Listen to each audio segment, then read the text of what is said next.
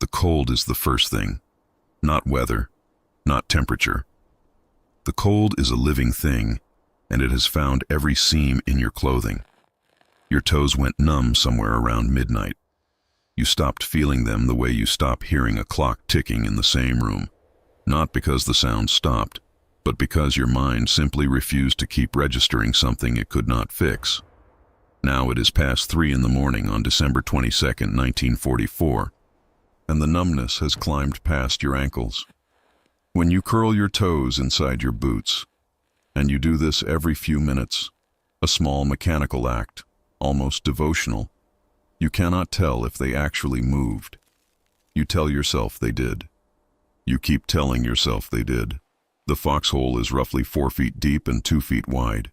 You dug it yourself 3 days ago before the ground went fully iron hard, chipping at the frozen Belgian soil with your entrenching tool until the blade rang against frost-locked roots and your shoulders burned from the impact vibrating up through the handle.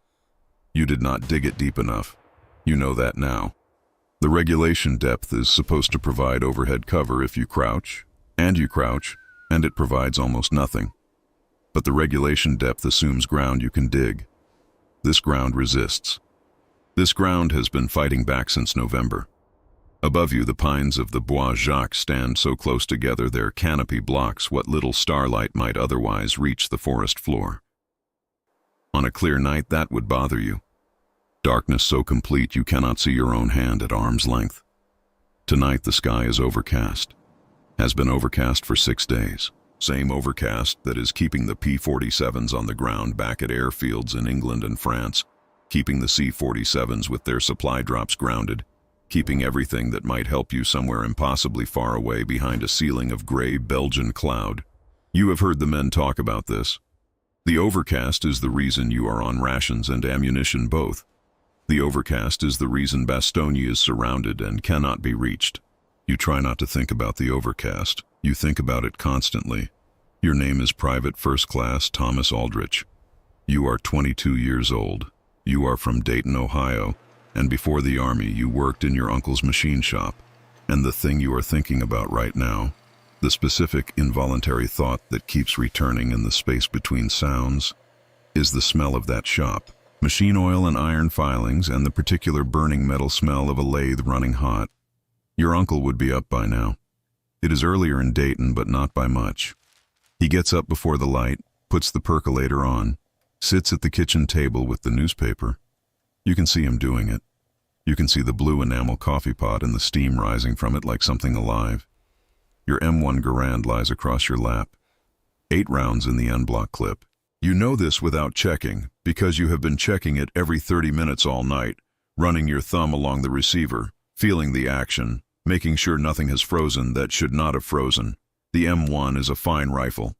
You love this rifle with the straightforward, pragmatic love of a man who has understood that it is the only thing between him and dying. But cold does things to metal, and the bolt has been sluggish since yesterday morning, and you keep working it just slightly to keep it moving, 1 quiet millimeter at a time, careful not to make the metallic sound that carries through trees in silence like a shout. The Germans are somewhere in that dark, somewhere close enough to matter. Their lines are less than 500 yards from where you sit. You reached Bastogne by truck on the 19th. Your regiment, the 506th Parachute Infantry Regiment, 101st Airborne Division, arriving in open cattle trucks from Mourmelon-le-Grand with no winter gear, no ammunition resupply. Some men without their rifles, some without overcoats, having been yanked out of reserve rest so fast the quartermaster couldn't catch up. You rode through the night sitting on the wooden slats with the wind coming over the sides at 30 miles an hour, and men around you pulling their jackets tighter and saying nothing because there was nothing to say about cold you couldn't escape. The trucks had no roofs. It was, someone said, like riding a very slow airplane with no fuselage.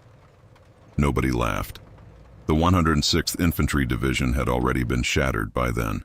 2 full regiments, the 422nd and 423rd, cut off and forced to surrender in the Schnee Eifel to the northeast.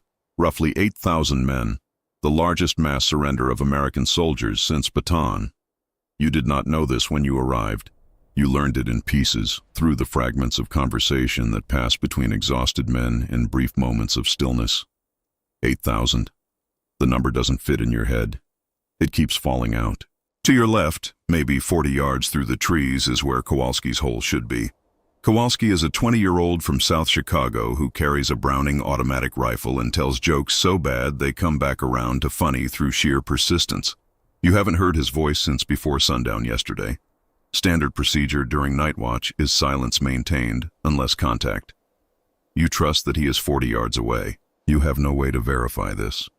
The forest does not confirm or deny. A sound, not a new sound. The forest is full of sound.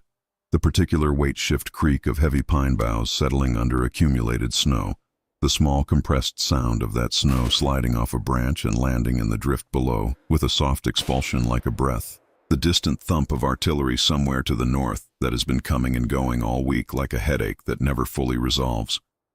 No. This new sound is a branch snap. One snap, clean, at the 11 o'clock position, maybe 60 yards out. Your whole body responds before your mind catches up. Thumb on the safety, cheek to the stock. The cold of the wooden stock against your face is so acute it is nearly a burn. You wait. You breathe through your nose, slowly, so your exhalation makes as little vapor cloud as possible, a habit learned in the first week, because vapor rises visibly in cold air, and at night with a man watching through binoculars, a vapor cloud is a location. 30 seconds pass, a minute.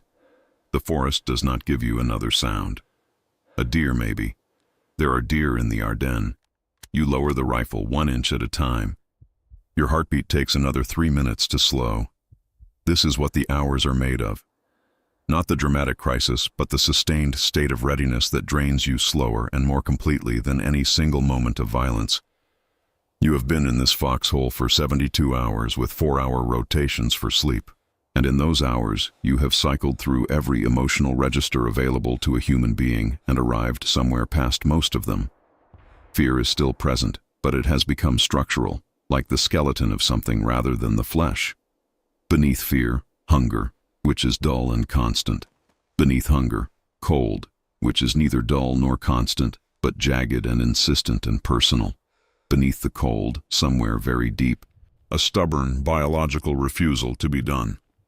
You reach into the right cargo pocket of your field trousers and find the K-ration box you've been rationing since yesterday afternoon. The waxed cardboard is stiff with frost.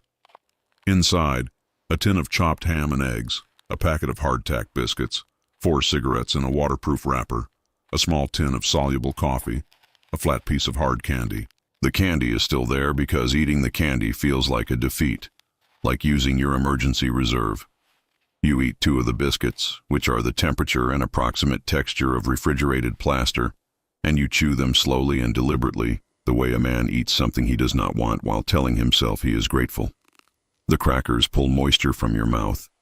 You have a canteen of water, but it is half frozen, and you have been avoiding drinking because drinking means your bladder will demand attention again, and climbing out of this foxhole in the dark is its own particular misery.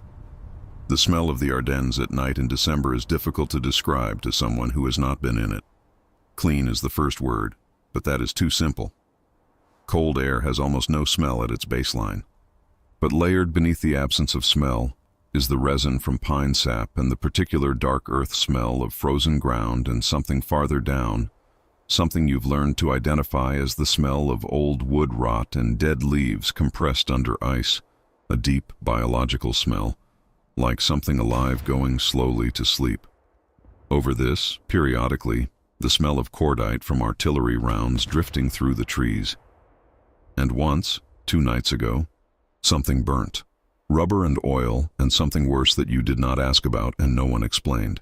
Your uniform is the standard wool serge M1943 field jacket over wool shirt and trousers, wool long underwear beneath. On your hands, wool gloves with trigger finger cutouts that are the worst of all possible designs for cold weather. Warm enough to make you believe you are protected, cold enough to let the wind find the exposed fingertips and work at them all night. Your helmet sits on your head not for protection, but because it functions as a windbreak, and because the liner traps a small amount of body heat. Without the helmet, your ears would have gone past numb an hour ago. You have wrapped a wool scarf around your neck and lower face. Not issued, sent from home, from your mother, green and slightly too long. Wrapped twice so the loose end is tucked into your jacket collar. You have not washed it since you left England. It smells like you. The overboots, Arctic rubbers that would have prevented the trenchfoot situation, did not arrive. Most of your regiment is in standard leather combat boots, which are not designed for sustained cold-wet exposure, which means that across the Bastogne perimeter right now, in hundreds of foxholes dug into the same iron ground, men are losing sensation in their feet at various rates and stages, and lying to themselves about it in various ways. Trenchfoot, they called it in the last war. Frostbite is faster. Trenchfoot is slower. Both end the same way if you're unlucky. The medic, the evacuation, the darkening of tissue that means something is already dead inside the skin. You think about your feet again. You curl the toes. Or you try to. The artillery has stopped. The silence that follows is so complete you can hear the snow falling. Not a sound exactly, more a quality of air, a textured hush, the accumulation of 10,000 small arrivals on branches and ground. You tilt your head back and look up through the pine canopy. The snow comes down through a gap in the trees in slow diagonal lines, visible because the darkness above is somehow slightly less dark than the forest around you, a faint gray borrowed from whatever moonlight filters through the overcast. The flakes are small and dry, and they land on your upturned face and the tip of your nose and melt there with no sensation at all. Beautiful, you think, and then immediately feel the absurdity of the word. You are thinking about Private Hanlon now, because your mind has no better occupation at 3 a.m. in a foxhole. Danny Hanlon from the 3rd Squad, who stepped on a S-mine, a bouncing Betty, in a cleared field on the 20th, and the way that went, and the way the medic, Doc Richardson, moved toward him in that low running crouch that medics learn to do because they go where the shooting is. Hanlon made it. That much you know. Loaded on a jeep and taken toward whatever passed for a field hospital inside the Bastogne perimeter. The perimeter that has been surrounded since yesterday. Which means Hanlon is behind you somewhere in a ring of American foxholes that no longer has an open road to Liège or Luxembourg City or anywhere that isn't German. Surrounded. The word has a particular weight in this context, not encircled, which is the military term, which is clinical and implies the possibility of maneuvering out. Surrounded is the word people use in normal life when they mean there is no easy way through. When the Germans sent the ultimatum this morning, their written demand for surrender delivered by 2 officers and 2 enlisted men under a white flag to General McAuliffe's command post in the Heinz barracks in Bastogne, the story came down the line fast, the way stories do in enclosed situations. The general's reply: 1 word. Nuts. This is the story everyone is telling. You have told it twice yourself in the last 8 hours, to Kowalski and to Sergeant Pratt, and each time you say it you feel something that isn't quite courage but is in the same family. A refusal, stated flatly, without elaboration. Nuts. As though the question did not deserve more. But it is 3 a.m, and you are alone, and the refusal is harder to hold on to in the dark. The German ultimatum said, your situation is hopeless. It said, annihilation is imminent. It used the word annihilation, which is not a word that translates poorly. It means the same thing in any language. Pratt read it to the squad before dark, having found a copy of the translated text passed down from battalion. And he read it in the flat, unemotional voice he uses for everything, and when he finished, he folded the paper and put it in his breast pocket and said, so they know we're here. Somebody laughed. It was the right thing to say. But at 3 a.m, you have read that word back to yourself several times without anyone laughing. The cold has reached your left hip, not cold through the skin, but cold through the ground, conducting up through the half-inch of mud-frozen earth you are sitting on, penetrating the wool and the long underwear and making the joint ache the way old men's joints ache in winter, which is to say deeply, without surface drama, in the socket itself. You shift your weight. The mud at the bottom of the foxhole makes a sound. You go still again. Somewhere to the north, northeast, maybe 2 miles, a flare goes up. You watch the cold white light descend through the trees at an angle. swinging slightly under its small parachute, illuminating nothing from your position but casting brief pale shadows through the pines in that direction. Then darkness again, more complete for having been interrupted. Someone is nervous over there. Someone saw something or thought they saw something, and they popped a flare to check. And now they are either relieved or they are not. You will not know which. The forest does not send updates. Your watch says 0317, 2 hours and 43 minutes until first light. You eat the piece of hard candy. It tastes like artificial lemon, sharp and synthetic on a tongue that has been tasting nothing but cold and biscuit for 3 days. It dissolves slowly. While it dissolves, you let yourself go back to Dayton for exactly 60 seconds. The machine shop, the percolator, the newspaper your uncle is reading right now. And then you close that door. A man cannot live in 2 places at once. You know this now in a way you could not have explained 6 months ago. The candy is gone. The taste fades. You are here. There is a particular loneliness to a foxhole that has no name for itself in civilian life. Not the loneliness of being alone. You have been alone in rooms before, alone in crowds, alone in the particular way that comes at 2 in the morning when the house is quiet and the world seems to have gone on without you. This is different. This is aloneness that is structural, enforced, operational. 40 yards away is Kowalski. Behind you, perhaps 200 yards, is the command post where Sergeant Pratt and what remains of the 3rd Squad exist in their own separate foxholes. To your front, the trees, the dark, the enemy. The distance between you and Kowalski might as well be the Atlantic. You cannot cross it. If something comes from the front, it will reach you first and you will deal with it or you will not, and Kowalski will hear the result either way. And that is the sum total of your relationship with another human being right now. You think about this and decide not to think about it anymore, which is a skill you are developing. The snow has slowed. The air feels drier and colder for the absence of it, the way a room feels emptier after music stops. Your breath comes in small clouds now, rising past the rim of the foxhole into the dark above.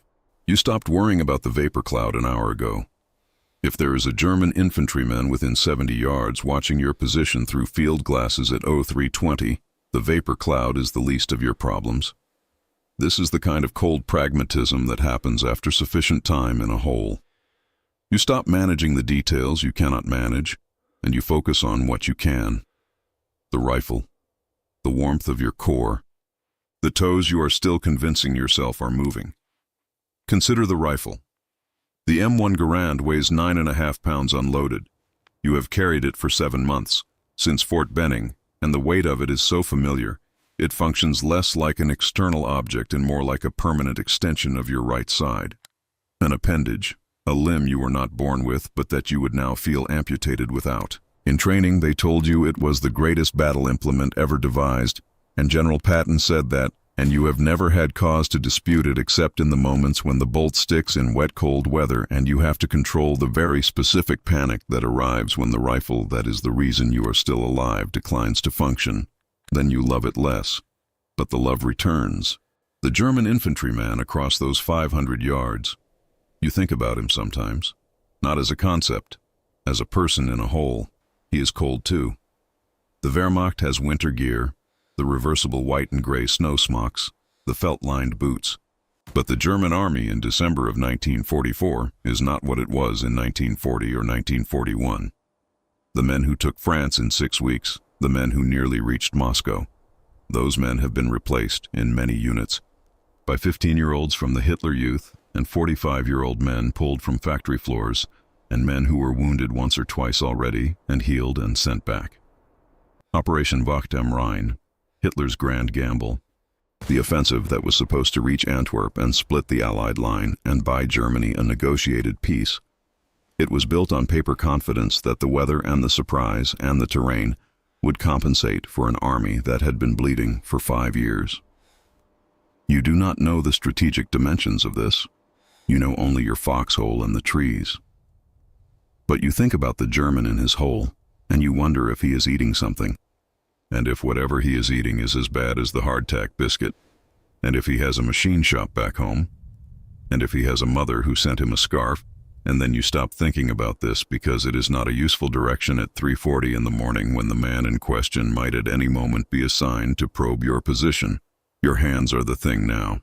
The gloves are adequate for still air, but the temperature has dropped in the last hour. You can feel it the way you feel a room's temperature change, not through a thermometer, but through the body's continuous ambient monitoring system, the skin, the joints, the small muscles of the face. It is below 0 Fahrenheit. You do not know the exact number. You have heard men guess at temperatures all week the way men guess at distances to enemy positions, with great specificity and minimal accuracy. Whatever the number is, it is the kind of number that makes metal brittle and makes the oil in a rifle action behave like something closer to paste. You pull your right hand out of the glove, hold it against your neck, under the scarf, against the skin there, the warmest surface you have available. The hand against your neck feels like a piece of cold meat. The neck against your hand feels like an improbable miracle. You keep it there for 2 minutes, breathing slowly, and feel the hand return from wherever it had gone. Not warmth exactly, but sensation. The awareness of joints and skin and the small ache that is better than numbness because it means something is still happening. Then glove back on. Left hand next. The same process.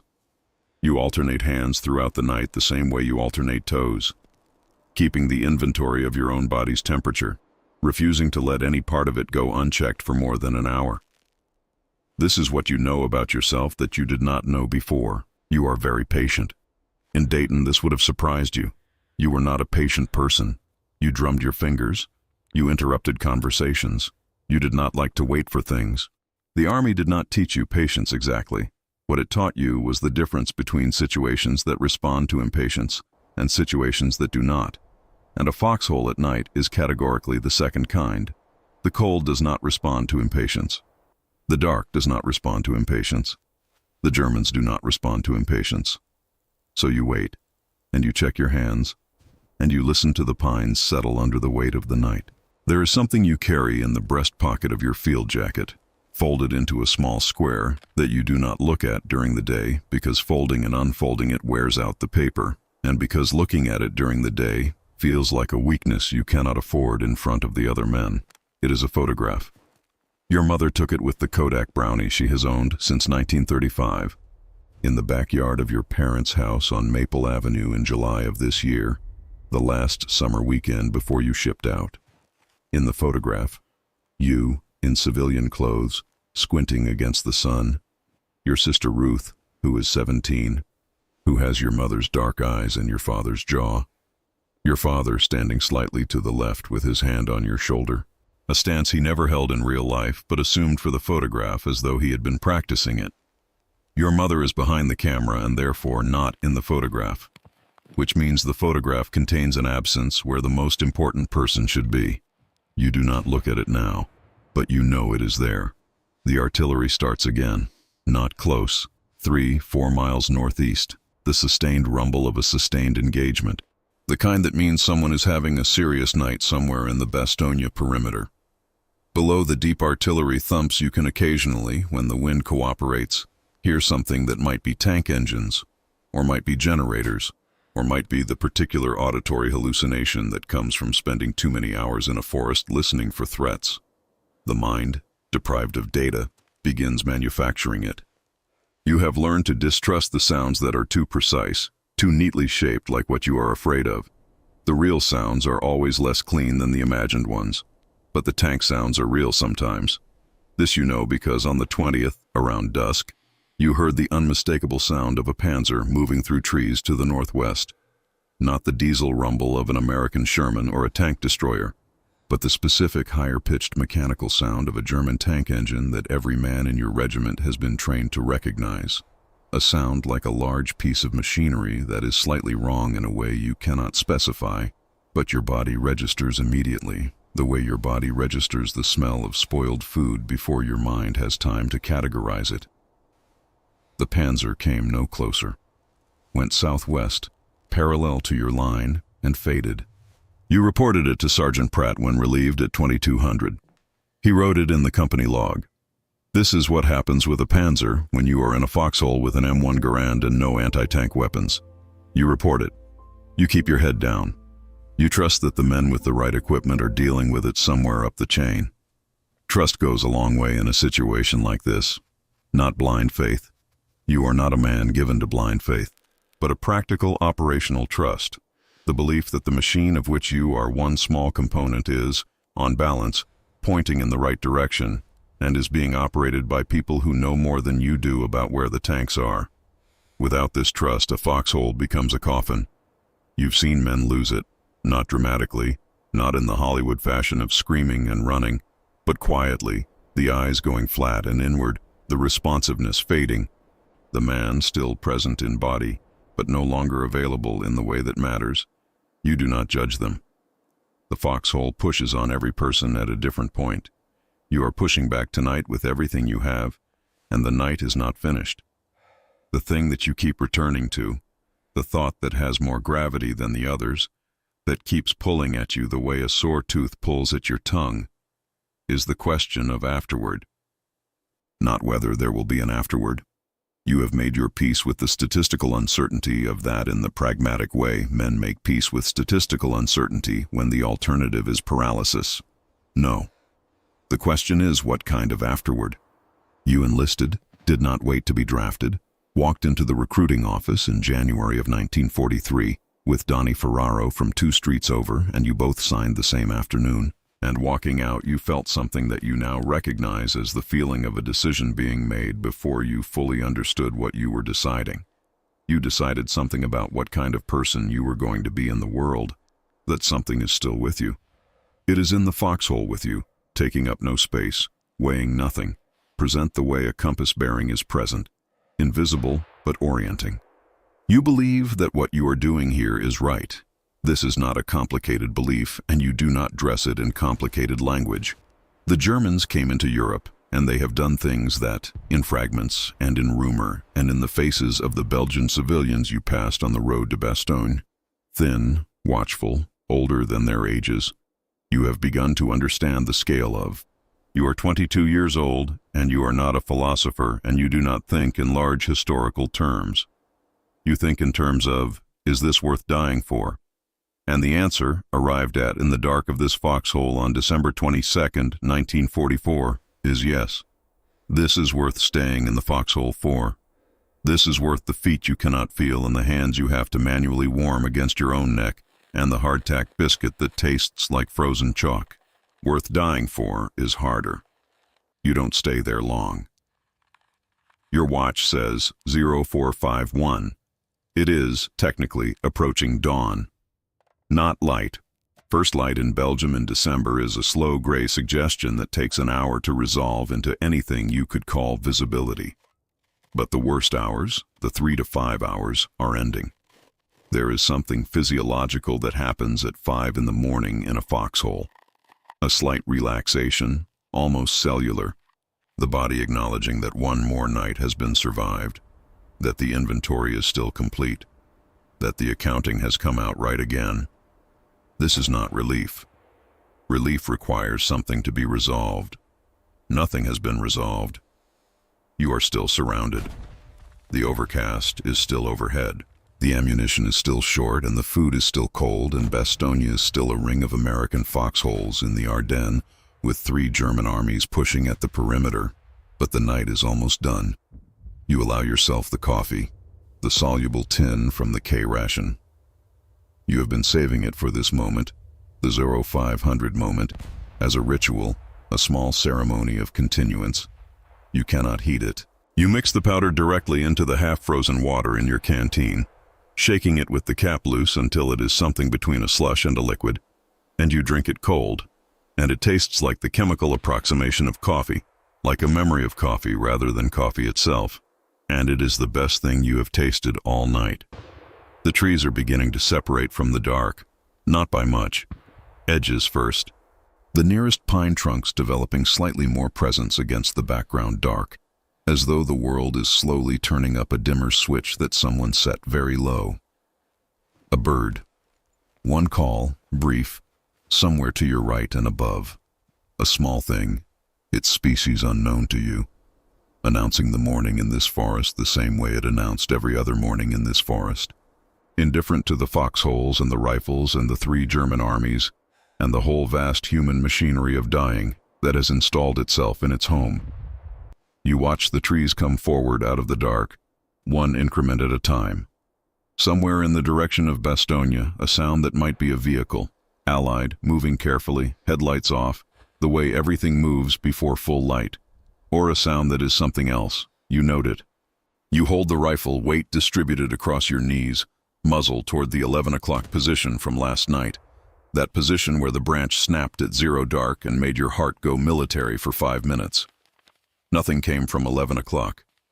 Nothing came all night from anywhere. In a few hours, maybe 3, maybe 4, Sergeant Pratt will send someone to rotate you out and you will move back toward the squad position in a low crouching walk through the pines, and you will get into your sleeping bag, which is inadequate, which you will nonetheless enter with the gratitude of a man checking into a hotel in Paris, and you will sleep for 4 hours without dreaming.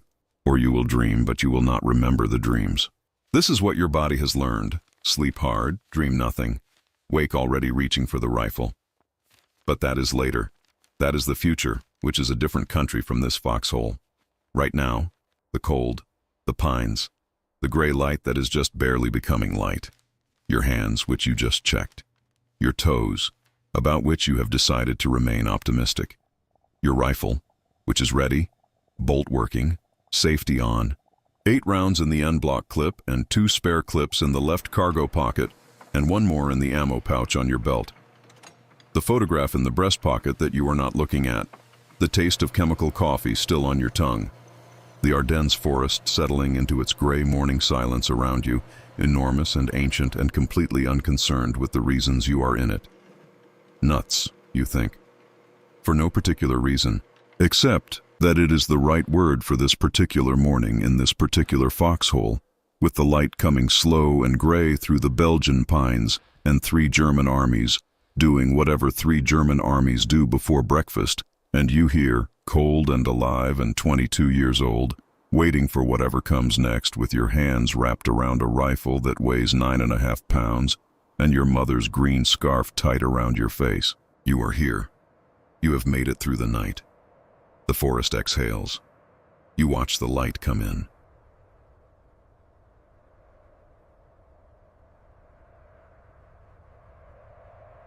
Mi hijo salió a la tienda ese jueves.